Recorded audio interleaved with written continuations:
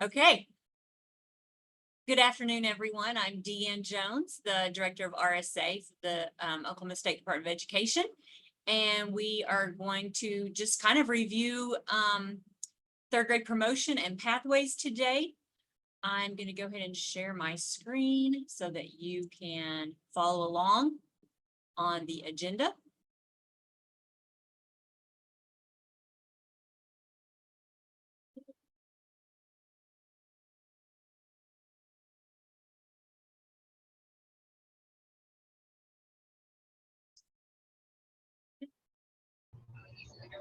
There we go. Okay, there I am. So if you want to drop your name and district in the chat, that way we can see all who is attending today. And if you have any questions, you can put them in the chat. Melissa will help get those to us so we can answer any of your questions you might have along the way. First thing we have is just a reminder, same thing we talked about this last month a little bit, is for state testing and RSA criteria results. If you want to get back those early RSA criteria results so that you can make decisions for promotion or retention for your third graders, you will need to make sure that you have third grade state test in by April 25th. That is the due date for the OSTP. And if you get those back by that date, you should have your district reports for RSA criteria by May 16th. That way you will have those results to make any promotion retention decisions for your third graders. So that's what I want to talk about today, is spending a little time just going over those pathways and criteria for those. The first one is the most commonly used pathway number 1, and that would be meeting the RSA criteria on the OSTP. If a third grader does not participate in the state testing, then they have to meet one of the other pathways. We had a phone call just this morning. If a parent is opting out of the state test for their third graders, that does not mean they automatically get to promote to fourth grade. If they do not participate in the third grade state test, then they will have to be promoted by one of the other pathways. So if they're not participating in pathway 1, they would have to be passed by pathway 2, 3, or 4. So first I want to look at the flow chart, and all of these things I'm going to be clicking on, looking at today, they're available on our RSA coordinators page. So this flow chart right here is what you would look at for making your decisions. The first one is the decision tree. And so pathway number 1 is the state test. Did they meet RSA criteria on the state test? If the answer to that is yes, then they will promote. And their OSTP results will be posted. And you should put them in their permanent file so that they will have those on record. If they do not pass the RSA criteria on the state test, then you would go down to the no box and you would look at pathway 2. This is our state approved screeners. So this means they have to meet the end of the year score for third grade. And that can be met at any time. It doesn't have to just be in third grade. They could have met it in first, second, or third grade. So if they met that end of the year cut score for third grade at any point during first, second, or third grade, if that's a yes, then you go right over here to yes, and they promote. You make sure you document that which assessment you used, which screener you used, and what score they made. If they have not passed that, then you would go down to pathway 3, which is the good cause exemptions. I'll go through those a little bit more in a second, but you can look at the pathway 3 would be the good cause exemptions. If they qualify for any of those good cause exemptions, you go to yes, they promote, you put all the appropriate documentation in their file, and you would send them on to fourth grade, and you make sure that in fourth grade, they continue to get interventions, because if we're passing them on a good cause exemption, it means they did not meet the criteria on a screener or the test. So we need to continue to provide intervention for that student in fourth grade. If they did not pass, they didn't qualify through pathway 1, didn't qualify through pathway 2, and did not qualify through pathway 3, then we move to pathway 4, which would be our student reading proficiency team. This team would be your third grade teacher, a fourth grade teacher, a reading specialist or interventionist if you have one, and a principal and parent. When they meet, you're going to meet and decide. If it is unanimous to promote, then the student promotes to 4th grade and you continue to provide intervention for that student in 4th grade. If it is not unanimous, you are not able to make a unanimous to promote decision, then that student is retained. And then that student also still needs to continue to receive intervention as a 3rd grader. If they're retained in 3rd grade, we still want to provide them interventions to make sure that they are going to be successful in 3rd grade that year. Okay, I'm going to go back to the other document. So that was our flow chart for decisions. Then we have documentation for all these things. I'm going to go to them as I come to them. This link has a lot of your documentation right here, but I'm going to look at them as we come to them appropriately. Pathway 2 is the screener. This is all the screeners that we accept as our state approved screeners. This is the cut scores for them. They're all on here. They're also listed in our technical guidance. These are the end of the year cut scores for 3rd grade that you have to be able to pass through Pathway 2. You would need to send documentation of these. So at any point in 1st, 2nd, or 3rd grade, if the student meets these scores, you are to send home documentation of them meeting that score and that they are exempt from RSA retention. So I'm going to click to this documentation. This is what our documentation looks like. So you would fill this out, principal's name, school name, all those things. Check which one you're using. Put your student's score and the date that they met that target, and it would be signed by the teacher, and you send this home to the parents. You're going to send this home to the parent to tell them that they've met it, and you're going to put a copy of it in their cumulative file, and that will be your documentation that they have met this. So that's how you qualify for Pathway 2. I'm going to go back and click on this. There's this form right here. That's what you're going to put saying how the student qualified to go on. This is a 2-page document. You're putting the name student. You do not have to do these if they passed Pathway 1. So if the student meets the RSA criteria, you do not have to fill out this document for them. That's right here. It says this document is not required for Pathway 1. But any student who does not meet the RSA criteria on the state test needs one of these documents in their cumulative file. And you're going to check which pathway they were passed on. They passed Pathway 2, the screener, Pathway 3, which good cause exemption they qualified for, or Pathway 4 committee. And then you're going to sign date, put it in their cumulative file. You go back to this. Now, good cause exemptions.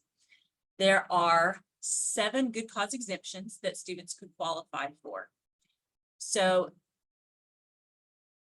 it's the same documentation. Let me make sure. Yes, this is the same one we just looked at. Okay. So, good cause exemption is our English language learners. And if they've had less than 2 years of instruction in English, and you have to have proof of their English language learner plan. So you would need to have proof of this in place in their file, and then you could fill out that they qualified for good cause exemption 1. Good cause exemption 2 is for our students who are on IEP and they do not participate in the OSTP. They instead take the OAP, and you would need to have proof of their IEP and that it requires that they take the OAP instead. And you would document this, and they would be passed on promotion 3, Pathway 3, good cause exemption 2. Good cause exemption 3 is an alternative assessment. There's a link right here that you can click that names the assessments. I'll look at that quickly. These are the ones that you can take instead. And so if your school chooses to give students this, if they did not pass the state test, then you can pass them on those scores for that. You would need to put documentation in their file of which assessment you gave them and what their score was. Good cause exemption 4 is portfolio. We do have a link right here for the checklist of what would need to be included in that portfolio to demonstrate that they were reading independently on grade level. So that is option 4, good cause exemption 4. Good cause exemption 5 is if they're on an IEP and they are making adequate progress toward their reading goals. You would need to put proof of their IEP and an agreement by your IEP team that agrees that they are making good progress toward those IEP goals. And then they would qualify for good cause exemption 5. Good cause exemption 6 is being retained before. If you have a student who has been retained in a previous grade for academic reasons, and they have been receiving remediation in reading for 2 years. So they've been going to reading lab or getting some type of intensive reading instruction interventions for 2 years, and they've already been retained a year. They can qualify for good cause exemption 5. Good cause 6. Number 7 is an exceptional emergency, and that needs approval from the state assessment office. So if there was some kind of emergency reason that they qualified for and they have approval from the state assessment office, you could document that they were being passed by pathway 3, good cause exemption 7. Pathway 4 is the SRPTT, and that's only if they did not qualify for pathway 1, 2, or 3, and your team would need to meet, and this team would be a 3rd grade teacher, a 4th grade teacher, reading specialist if available, principal, and parents. And it must be a unanimous decision that promotion is the best thing for this child, that promoting to 4th grade is the best placement for this child. There is a form. Go ahead and click it. This is the form that you use, and these are your members of your team, and you're going to write what they scored on the screener and why they didn't qualify for any of the good causes. And it has to be agreed on by all of these people. If this is not all in agreement, if someone says, the 3rd grade teacher or the 4th grade teacher or the reading specialist, if they do not agree that sending this child on to 4th grade is the best thing, then this child will be retained. This has to be unanimous for them to be sent on. People ask about what if someone wants to hold them back. It's unanimous to promote, not unanimous to retain. So if it is not unanimous to promote, then the child will be retained.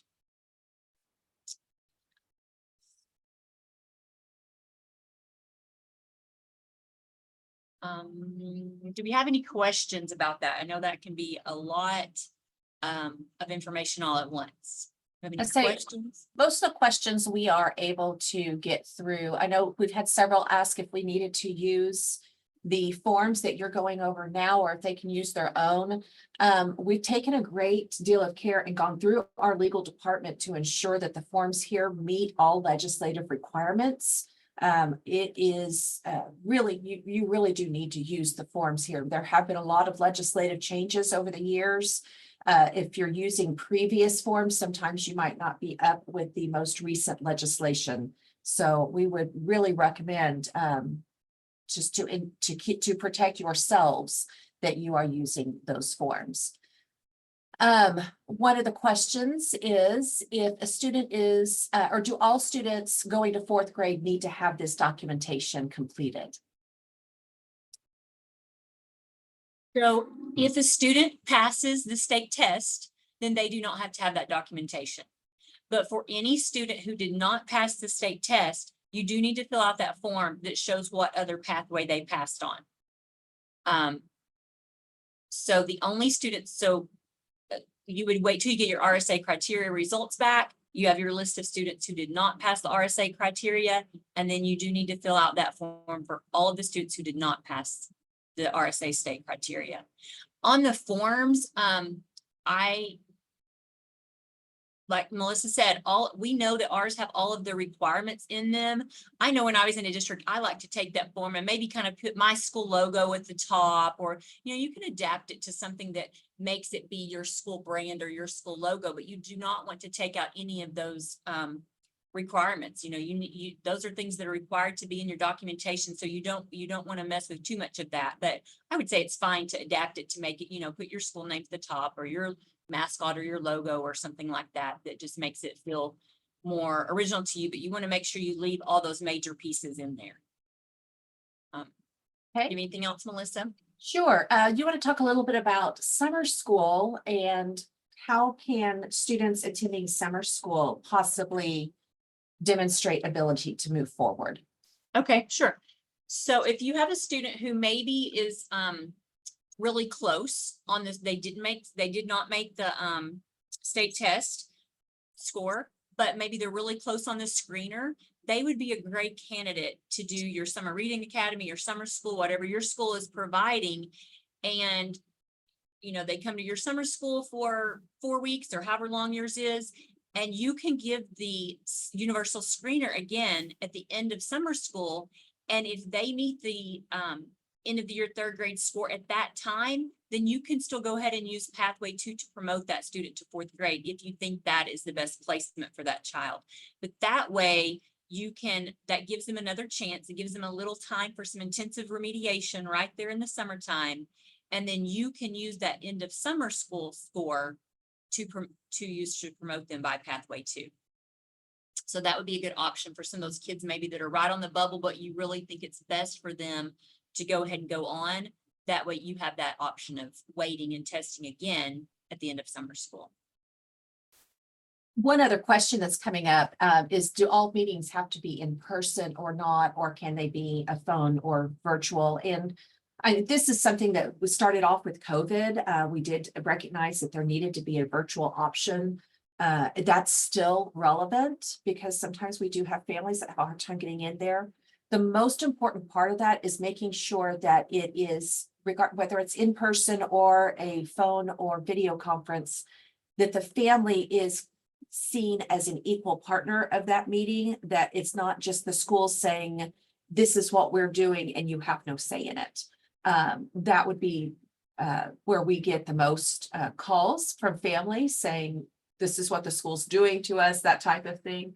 But the family can still be considered an equal partner of having opportunities to provide input, ask questions, whether it's a virtual meeting or an in-person meeting. So how that is handled is up to the district, but the most important part of that is making sure that the family is involved in that decision-making process and is thoroughly aware of what the school stance might be, especially if it's something they might not agree with.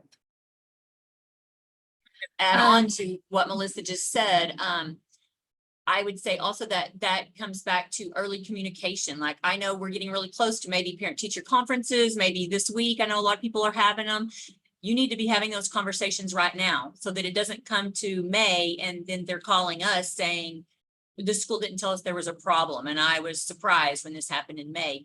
If you have a child who hasn't met some of these, hasn't already met the end of the year screener score, you need to be having those conversations right now. Like, this child, your child has not passed this yet. So they need to know that that's a possibility so that they're prepared before you're having those really hard conversations with them. You need to be having those conversations right now in case. Question is, are there any Spanish versions of anything? Okay, there are Spanish versions of some of the screeners. So some of our really, screeners of the documentation. Oh, you mean of the documentation? We do not have, correct? Right. We do not Correct. have. I do have that on my list. I'm hoping that maybe we can get some of those in place, especially next year when we have a universal screener. Maybe we can provide some documentations for those particular screenings in Spanish, but as of yet, we do not have them. On the other side of that, what I thought we were going with this is there are Spanish versions of some of our screeners. So for example, if you're giving the Spanish version of the STAR, that's okay for your district to use to get some information for a child, but that does not qualify. If they pass the Spanish version of STAR reading, that does not qualify them for 3rd grade promotion, because what we're trying to see for 3rd grade promotion is, are they proficient in reading on grade level English? And so it's fine to use that for your knowledge and to see what they know, but that would not be something you can use for 3rd grade promotion. Anything to add, Melissa?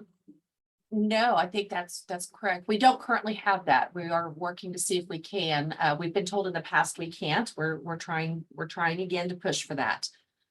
Another question is, what kind of proof of an IEP do we need?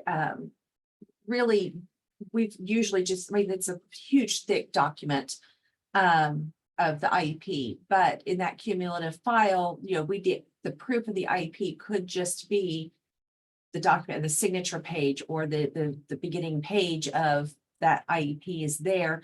It can also just be that check that it's there with the signature of the teacher and the principal for meeting that good cause exemption.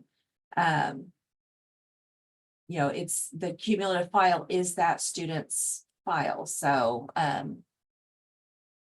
that they need to be able to have that documentation. That's what's in the legislation, is there has to be proof of the IEP.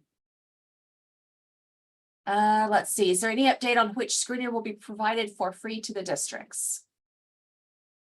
We do not know which one it is yet, but we are hoping that we will know that maybe mid-May, Melissa, somewhere in May. Hopefully we will know which one it is, and so that we can have that decision out to the districts before summertime. That is correct. Here's a question. If a probationary promoted fourth grader gets placed on an IEP during fourth grade, do they still need a probationary promotion meeting to go to fifth grade?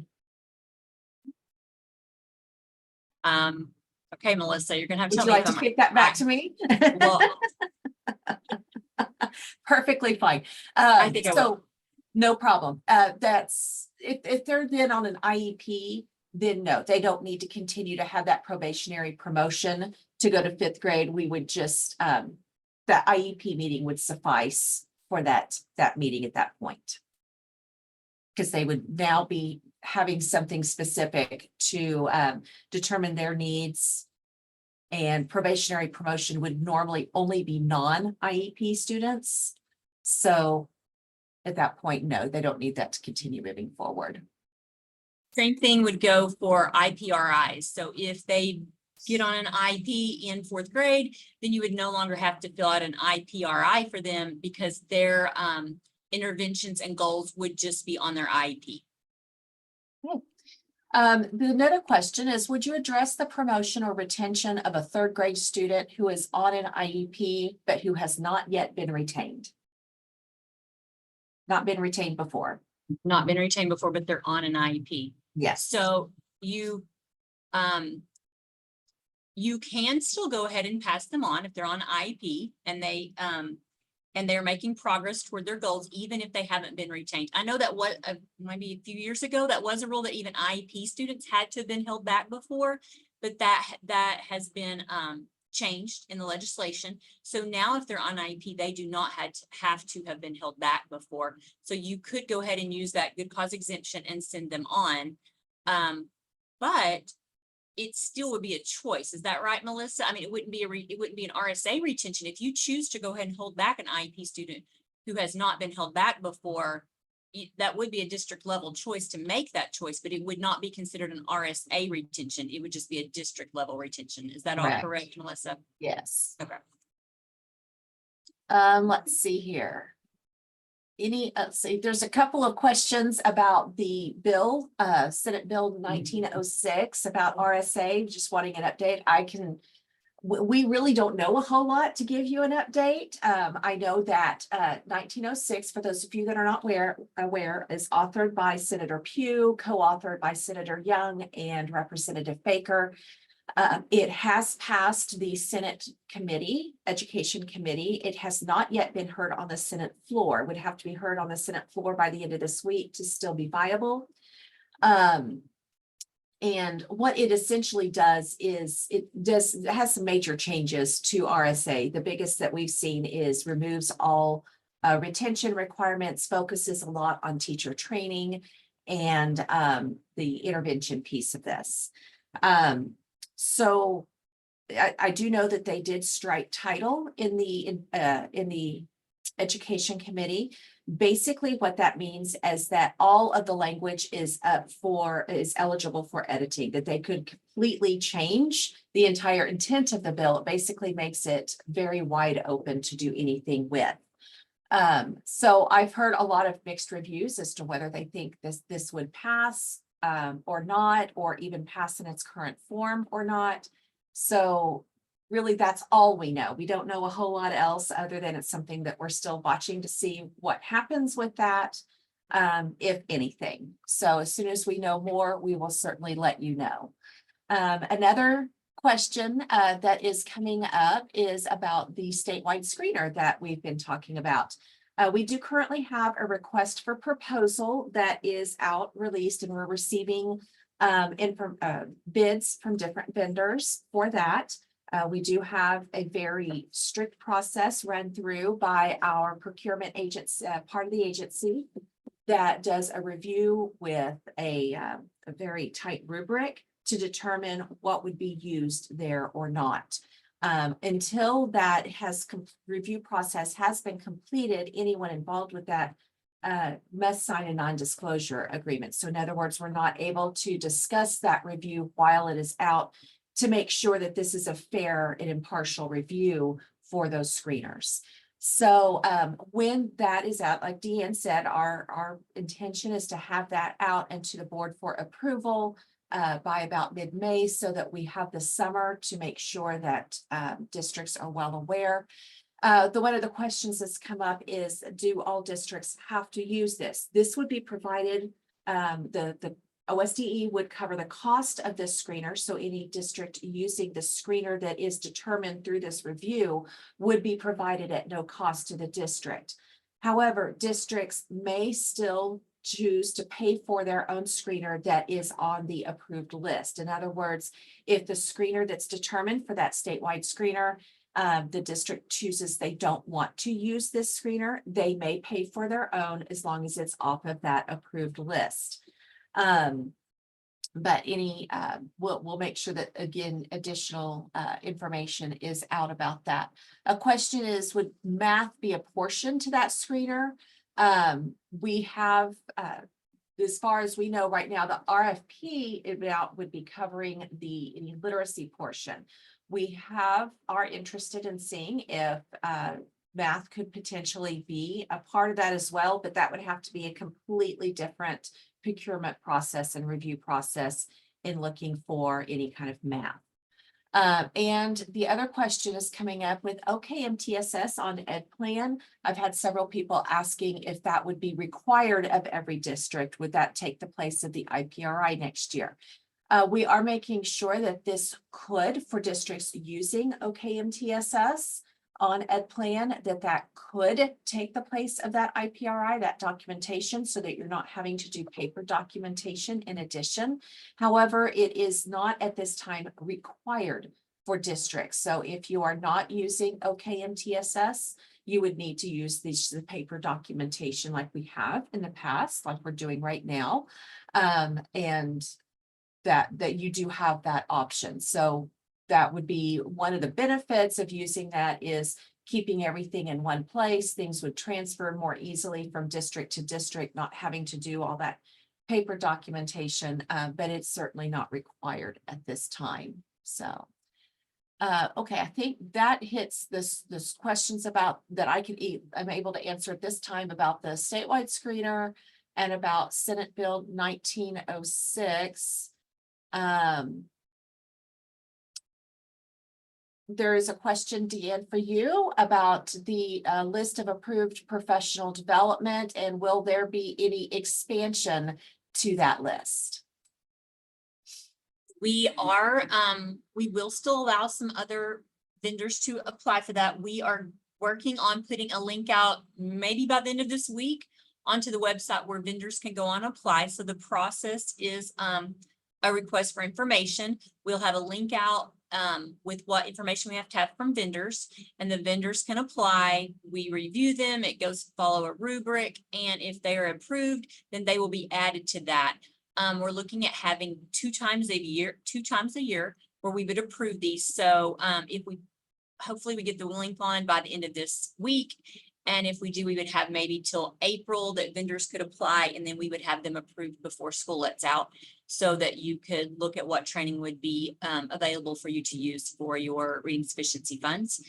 And then we would do the process again, maybe in December or something. So look for that to come. And if you know of a training that you would like to do and they're not on our approved list, you could direct them to our website so that they could apply to be one of our approved vendors. The next thing I have is there is an Oklahoma Association Spring Literacy Conference this April 13th. I have the link right here that you can look at. It is $50 if you're a member. If you're a non-member, it's $75, and that will be hosted in Weatherford at their Performing Arts Center. And you can click this link to join if you would like to attend that conference. Our next meeting will be Tuesday, April 9th at 1 o'clock. And I will send out the links to that in the RSA newsletter, and it will also be posted on our RSA coordinators page. That's all I have. Melissa, do you have anything else? Okay, a couple of other questions that have come in. Is there a reason for everyone having the same screener? Do you want to tackle that, or would you like me to?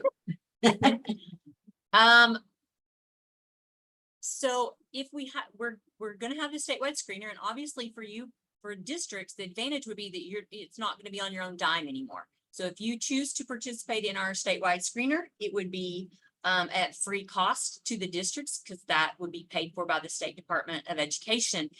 An advantage to using it is it's going to provide a lot of consistency between districts. So when we have kids who move so frequently from district to district, sometimes those scores come in, and you're a teacher that maybe used Dibbles and you get in scores from iStation, and those numbers don't maybe mean anything to you because you're not familiar with that screener. So you're seeing their scores, but you don't really know what that conveys, and it doesn't give you a lot of information about the new child that you're getting in. So if we are all using a consistent screener, those numbers would mean more to us. When the students come to us, we would know what those numbers mean. We would know how that compares to the kids that we have in our class at the time. We would just have a little bit better understanding of that child's background and where they're scoring right then. Also, when we get MTSS, MTSS program rolling, we are going to make sure that our statewide screeners scores automatically populate into that program. So that would be an advantage. We're going to make sure that that's one of the first ones that's complying and having that in there, so that all of your information would already be in MTSS. And also, as those kids go from district to district, that information would be there. So I think, in one word, to me, the benefit of using it would be consistency among the districts. Melissa, do you have anything to add to that? No, I think that's a lot of it. And the other part of that too is with the current number of screeners that we have on that list, we are not able to have that knowledge, that in-depth knowledge of questions that we're sometimes asked. So this would better enable us to have that deep knowledge of that particular screener to answer some of the maybe more detailed questions that we get, rather than having to refer you to the vendor. So let's see what else. Several of these I've been able to answer just in the text, so please make sure that you're looking at the chat for that. One of the questions about that science of reading professional development, asking specifically, would we have training specifically for dyslexia? Right now, really, the training that's approved, the vendor has to go and apply for that training. So if it's a vendor that has applied for that training, a vendor of the training that has applied for approval and it meets those requirements, then we're able to add it. But we're not just going out and saying, oh, sounds like a good training, let's just go back and review it. They have to actually fill out the information and apply for that. So if you have a vendor that you have enjoyed working with, you see their professional development, you find that useful, You are certainly, you might watch that when that link gets posted. Like we said, our goal is to get it by the end of this week so that you can share that with the vendor and ask them just to please fill that out so that we can get them added to our approved list. That only benefits everybody. Another question that's come up with the statewide screener, again, there's still that continuing question. Is this going to be required of everyone? As of right now, no, this would be provided at no cost to districts so that the cost would be covered through OSDE and through this, the monies we have set aside for that. But districts may choose to spend their own funding on a different screener if that's what they choose. One of the questions also asked was, how long are we planning on having this? Are we going to be jumping around from screener to screener? Completely valid question. What we've put out is for a 10-year contract that would be eligible for renewal every year.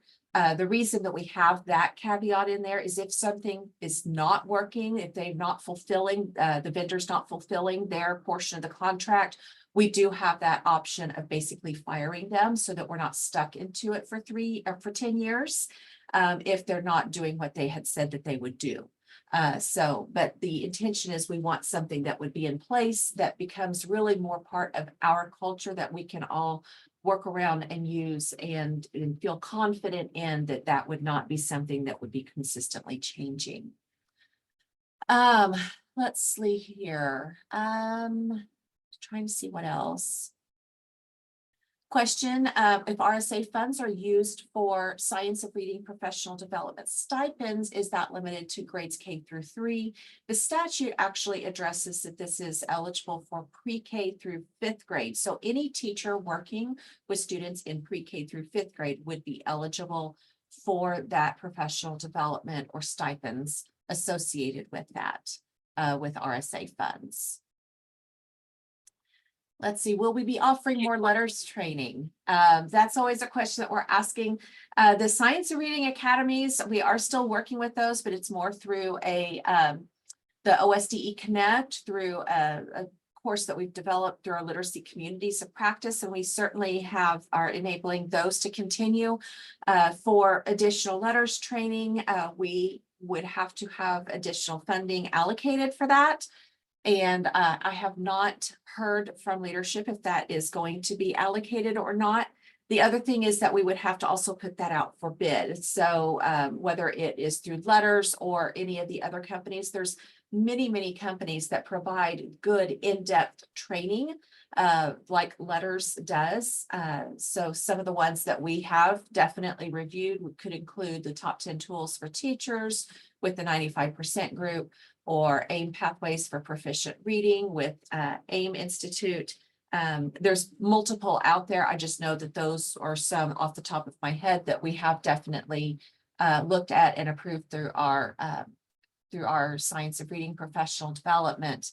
So that's one of those things that as soon as, if we had that funding, I know there's been a lot of interest, and I keep putting that out there that we do have a lot of interest for additional training for our teachers. One question that's come up is, do we foresee a requirement coming down the pike for all teachers to be Science of Reading trained? You know, that Science of Reading trained phrase is kind of a tricky one. When we're talking about 50 years worth of research, I mean, I've gone through a lot of professional development on Science of Reading, and I would never consider myself Science of Reading trained just because I've gone through a training. That being said, do we see for requirements coming down that maybe we're using all evidence-based practices? I do know that there is a push for that to make sure that teachers are well aware of what good evidence-based practices are, and that we are using those in our classrooms to make sure that all students know how to read and are being effectively taught. But I don't know that I see that we would have to complete a specific training or things like that. I haven't heard anything like that. I just know that we do want to ensure that we do have good quality training for our teachers that we are using good evidence-based practices as identified through those decades worth of research, and making sure that our kids are being taught well. And then when will be posted for vendors as a professional development, we're having that here by the end of the week. So we just need to make sure that we have the website updated. It just takes a few days for people to click those links that we have, that we've put up there and to get those approved to go live. I think that we have addressed all of the questions either verbally or through our chat. If there's something that we haven't addressed that you're asking, if you'll go ahead and just re-enter it in the chat or enter it in there, and we will make sure that we'll wait a few more, another minute or two, just to see if there's anything else that pops up. Deanne, is there anything else that we needed to address while we're waiting for those last minute So questions? I don't see anything, and I kind of tried to look through the chat. It looked like I think we've addressed them. And nothing's popped up oh, here's one. Just up here, I need to be filled out for a 1st through 3rd grade student. Yes, if they are in 1st through 3rd grade, they get an IPRI even if they're on an IEP. Once they transition past 3rd grade promotion into 4th grade, then that can just be fulfilled by their IEP, and they don't have to have a separate IPRI. Okay. I think that's all we have for you today. And okay, that's all. So I think that's all we have for you today. And if you have any questions, you can always reach out to me by email, and I can get those questions answered and get back to you as soon as I can. And so have a good day, and keep on helping all of our Oklahoma young readers. Thank you. Bye.